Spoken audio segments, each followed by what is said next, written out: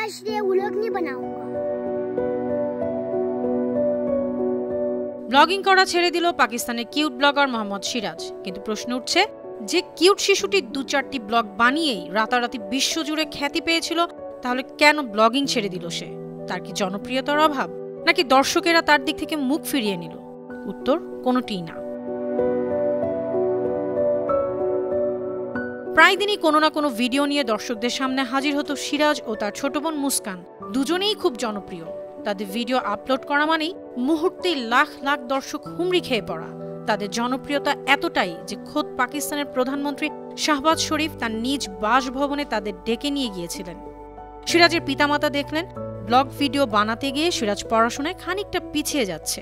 লোকজনে ভালোবাসা ঠিকই পাচ্ছে, কিন্তু আগে পড়াশোনা ভালোভাবে করবে। তাই তো পিতামাতার সিদ্ধান্তে ব্লগ ছেড়ে পড়াশোনায় মনোযোগী হবে সিরাজ। वो ये है ना, मैं आज ये व्लॉग नहीं बनाऊंगा। मेरे अब्बू ने बोला है आप कुछ दिन पढ़ाई करो, वीडियो नहीं बनाओ बोला है। এই তো মাত্র কদিন আগের কথাই। বাবার ফোন নিয়ে চুরি করে নিজে নিজে ভিডিও বানাতো সিরাজ।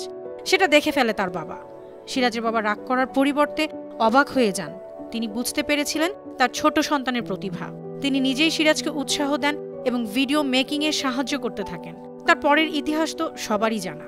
মাত্র কয়েকদিনের মধ্যে নিজেকে অনলাইন সেন্সেশন হিসেবে প্রতিষ্ঠা করে সিরাজ।